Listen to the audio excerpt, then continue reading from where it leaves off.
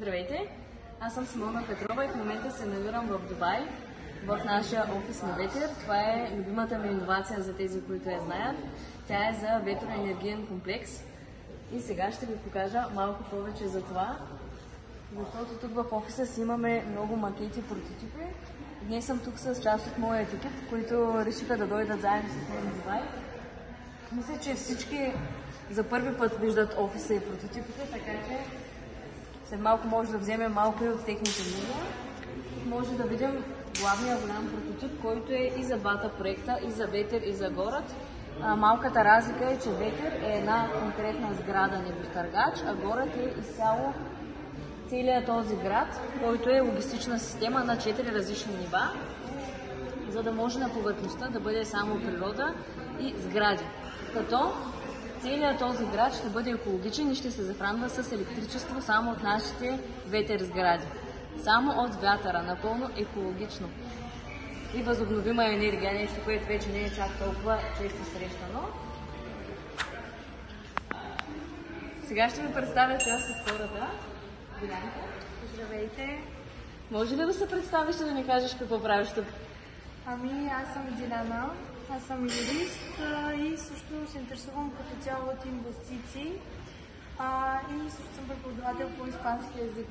Така, между другото, тук ми направи впечатление, но нещо, че до 29 градуса се очаква да е температурата, което много ми хареса специално. Явно ще е доста озеленено. Можеш ли да ми разкажеш нещо за идеята като цяло? Идеята на Город всъщност е, че когато има такова голямо озеленяване и няма индустриализацията, която е в момента, както я виждаме из градовете, така температурата ще се понижи много, защото дърветата ще поемат тази жега. В момента знаем, че в Дубай средната температура в момента октомври е около 30 градуса, 30-36, а през лятото, вчера един човек ми каза, че става около 56 градуса. С тази технология може да се поддържа една средна температура около 30 градуса.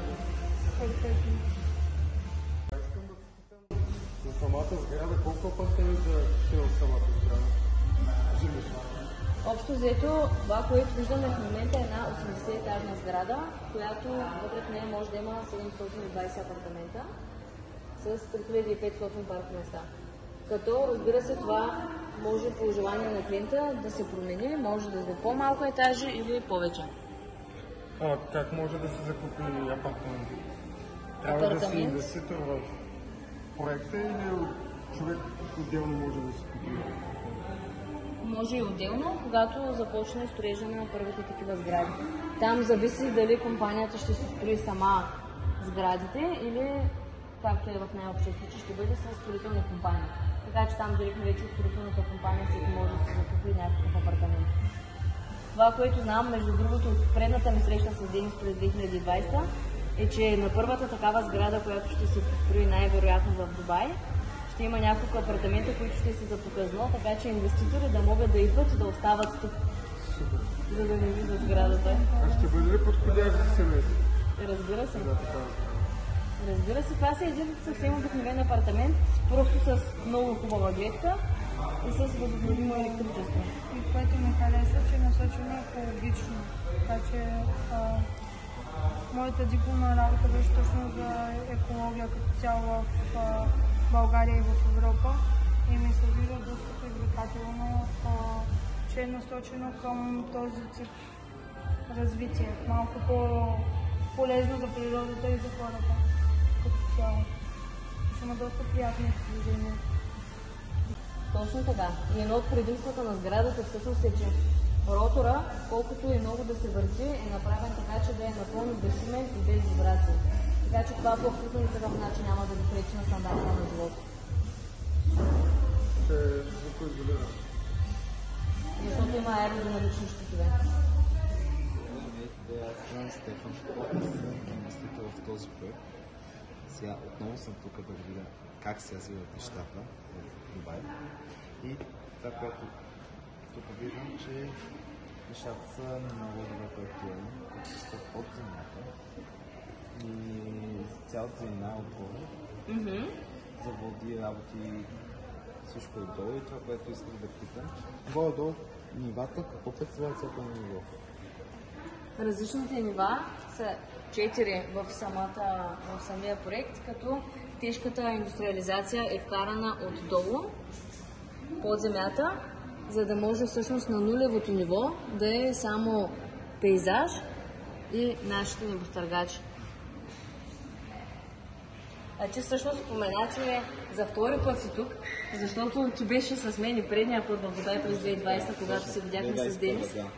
Какво ти е впечатлението за него тогава, когато за първи път се запозна с него? Защото тогава все пак развитието на компанията беше много по-малко и това, което виждаш в момента е изградено като офис и което знаеш като новини, че се е случило в компанията. Впечатлението ми за Денис като цяло беше положително. Не очаквах, че нещата се развиват по добър начин. И това бих казал накратко. Тук има още едно момче, между другото, което малко го отвлякохме, защото той дойде просто на почивка в Дубай с негови приятели и ние го отвлякохме и го замъкнахме ето тук в един офис. Но пък, защо пък не сега да го попитаме какви са неговите впечатления, дали му харесва това изобщо като идея? Ами да, здравейте. Аз наистина съм много впечатлен от това, което виждам. Искам да се включа в инвестицията, по такъв начин мога да стана инвеститор към сградите. Може да ми обясниш малко по-подробно нещата. Разбира се, доколкото разбирам, ти изобщо не си се регистрирал, не си чувал за проекта до сега. Да, нито съм чувал, но просто останах наистина очарован от това, което виждам и смятам, че това ще се случи нещата и то ще бъдат наистина вау. Супер, много се радвам, че проектът е впечатлил. Аз, между другото, бях изключително впечатлена преди 2 дни, когато дойдох за първи път тук в офиса и даже се откарах цял ден да се стоя тук и да се снимам и да си питам въпросите. Общо взето в момента регистрацията става с покана от твоя приятел. Както е и всъщност Жоро те покани тук да дойдеш с нас на почивка, така че той също е инвеститор вече в проекта, той ти изпраща покана. Ти можеш да се регистрираш, след верификация на лични данни ти можеш да си закупиш инвестиционен пакет. Като когато инвестираш в такъв проект, който е стартъп, т.е. те първа се развива, ти получаваш дялове от самият проект. Т.е. ставаш негов съсобственик и след няколко години, когато проектът се развие достатъчно, ти можеш да получаваш пасивни доходи или когато излезе на борса, съответно да си продадеш дела. Там вече решението си е твое. Да. Като стартова инвестиция, какво би ме посъветвала за първоначална инвестиция, като нов инвеститор, как го намерите? Много интересен въпрос, да, защото гледната точка на всеки и финансите на всеки са различни. Аз от моята призма мога да ти кажа, че за мен най-оптималното е човек да има 10 милиона дяла. Но тъй като това си е скъпичко, сериозно количество дялове, смятам, че оптималното е всеки да има около 1 милион дяла. Но това си е моята призма, За теб може, ако имаш 50 или 100 хиляди дяла, това да ти е достатъчно. Въпросът е според твоята гледна точка и според твоите финанси, кое е окей за теб. Съвета най-често, който давам на хората е, че човек трябва да се отдели, ако желая да се развива инвестиционно, между 10 и 30% от финансите си за инвестиции. Защото това си инвестиция в твоето бъдеще. Нещо като втори пенсионен фонд, само че такъв, който най-вероятно ще остане напред, защото другия си знаем, че може и да не пресъществува. Иначе като сума, минималното ти е буквално $100, който можеш да вземеш дори на изплащане за 10 месеца. Един въпрос като цяло, ако се закупят дялове, които са на изплащане за проекта, защото примерно сега аз се интересувам по този начин да го закупя, някак си мисля, че много хора може да се усетят така, да мислят като мен, че някакси по-спокойно е на човек, когато му са разделени финансите и инвестира месечно. Така че ако ние закупим някаква програма, която е месечна, ние имаме ли същите права, имаме ли абсолютно същата част дялове, променя ли смешно ли аз документалната част, не така Разбира по-правната се, юридическата част да попитам. Ако аз си закупя пакет на изплащане, аз имам ли същите условия като някой човек, който инвестира с конкретна сума директно? Дори има с по-добри условия. Защото когато е активиран пакет на изплащане, ти си сключваш договор с компанията за текущата цена, тъй като цената в проекта всеки ден се повишава в зависимост от това колко популярен става проекта. Дали ходи на изложения, дали получава патенти в различни държави, дали има срещи с разни шейхове, дали има бъдещи сделки за такива сгради.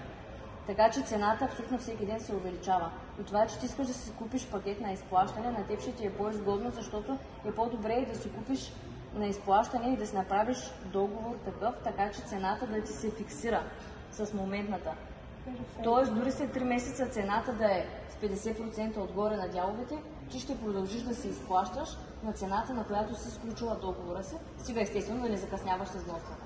Нали, вноската ти е всеки месец на същата дата. Много добре.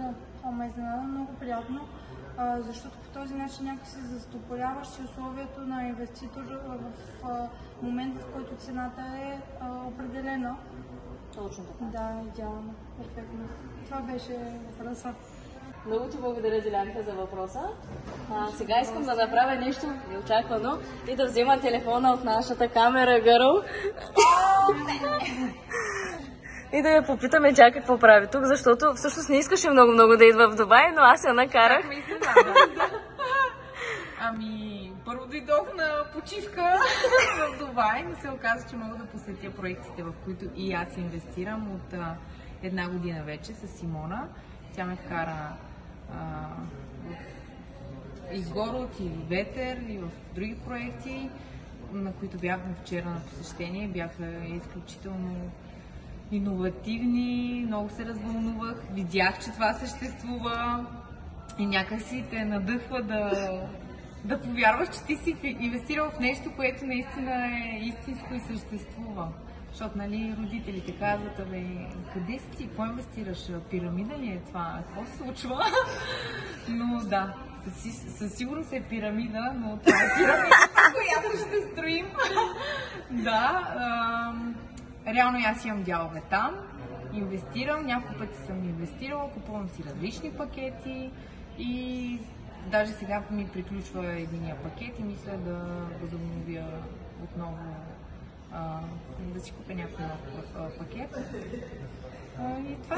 А как се чувстваш като човек, който е инвестирал, както се казва, само на хартия, на видеа и изведнъж идва тук и вижда на единия проект вече готов строеж, който вече функционира, а на другия вижда един офис с много макети, прототипи, вижда развитието, вижда хората, които работят тук по цял ден? Чувствам се по-сигурно от гледна точка на това, че видях, че това нещо се осъществило. Първо вчерашния проект отидох и видях и седнах там и бях физически в това пространство. И сега дойдох тук и видях макетите, което значи, че нещо се случва вече. И хората работят, погледнете какъв офис имат и това нещо се развива. Мисъл, вече етапите отиват напред, не сме в някакъв зародишна идея, а вече нещата се случват. И като виж, че има хора, които работят тук, че това нещо е построено, то минимализъм е създаден. За мен това е някаква мотивация и сигурност, нещо, което ме кара да повярвам, че това може да се реализира. Значи да го разбирам от гледната точка, че не си ми ядосана, че те накарах да дойдеш. Да, ти много благодарна. Много се радвам. Да. Надявам се на следващото пътуване пак да си с нас. О, да. Защото си супер камера гърл. Благодаря. Малко съм притеснена, ама нищо. Много добре ти се получи. Благодаря ти за включването. Взимам телефона и продължаваме натам. Всъщност на тези телевизори може да видим още няколко неща. Това ми направи много силно впечатление онзи ден, когато бях в офиса за първи път. На първите два виждаме, когато хората от съпорта са на линия и някой им зададе въпрос, то тук може да се вижда през цялото време, че хората им отговарят. А на следващите два екрана може да видим готови прототипи на ветер сгради, които са поставени на 2 места в Русия. за да може да се вижда в по-малки мащаби такава сграда, когато има вятър, как точно ще се задвижва и самата ще се пълни с електричество и съответно ще светва. Тук малко ще направя една изненада на това красиво момиченце, което така ме гледа, защото тя между другото е най-малката в групата и също дойде само на почивка. Тя е на 19 и искам да те попитам, Михаела, какво мислиш за всичките проекти, в които те докарахме и по-конкретно за този ветроенергиен комплекс? Този ветроенергиен комплекс всъщност вдъхва доста живот, спрямо това, че коригира доста топлината, въздуха и цялата тази зелена. И нашата родина всъщност знаете, че е известна с това колко красива зеленина има и на мен като проект ми се струва толкова екологичен и толкова бъдеще. Една дума е да се опише бъдеще. Така че аз бих инвестирала в този проект. Аз ще инвестирам в този проект. Много се радвам. И представата като цяло и за предишния проект, за този мисля, че ми е на много високо ниво. Аз съм впечатлена изцяло и от приветливостта, и от обстановка, и от всичко, и най-вече от ти, като наш ментор, за разказването на нещата. Много благодаря за комплимента. Ние ти благодарим за това всъщност. И много се радвам, че освен почивка реши да се увеличиш и Ами да. Много ти благодаря. Ще се радвам да се работим заедно. Аз също. Ако и на вас ви е станало интересно да разберете повече за проекта и как може да станете негови съсобственици, то може да се свържете с мен. Долу в описанието на видеото има линкове за моите социални мрежи, за повече информация за проекта и съответно за тези, които случайно или не случайно са ме намерили и в социалните мрежи или на живо. И линк за регистрация да може да се включите директно в моята структура и да сме един екип. Да продължите да следите информация относно развитието на тези проекти, то може да се абонирате за моят YouTube канал, както и за всички други социални мрежи, така че винаги да сте в час с това какво се случва, защото хубавият инвеститор е информираният инвеститор. Чао, чао и приятен ден!